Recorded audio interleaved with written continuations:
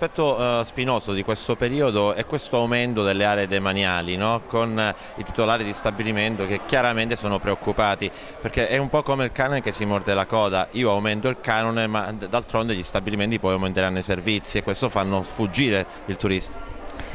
Beh, insomma, io non so se realmente è sempre così. Sicuramente un aumento del 600% dei canoni è sicuramente alto, però dobbiamo capire da cosa partiamo. Io voglio fare due esempi.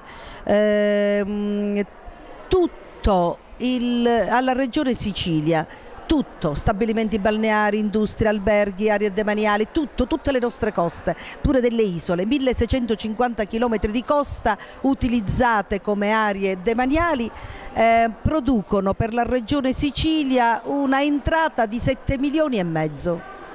Solo Mondello, un'azienda, paga 42 mila euro l'anno e ha un fatturato di 9 milioni. Questo è un dato. Veniamo ad Agrigento. Il pagamento che viene fatto per il canone demaniale è di 1 euro a metro quadrato. Noi abbiamo ad Agrigento stabilimenti, diciamo così, il più grande ha un canone annuo di 7.500, molto grande, annuali.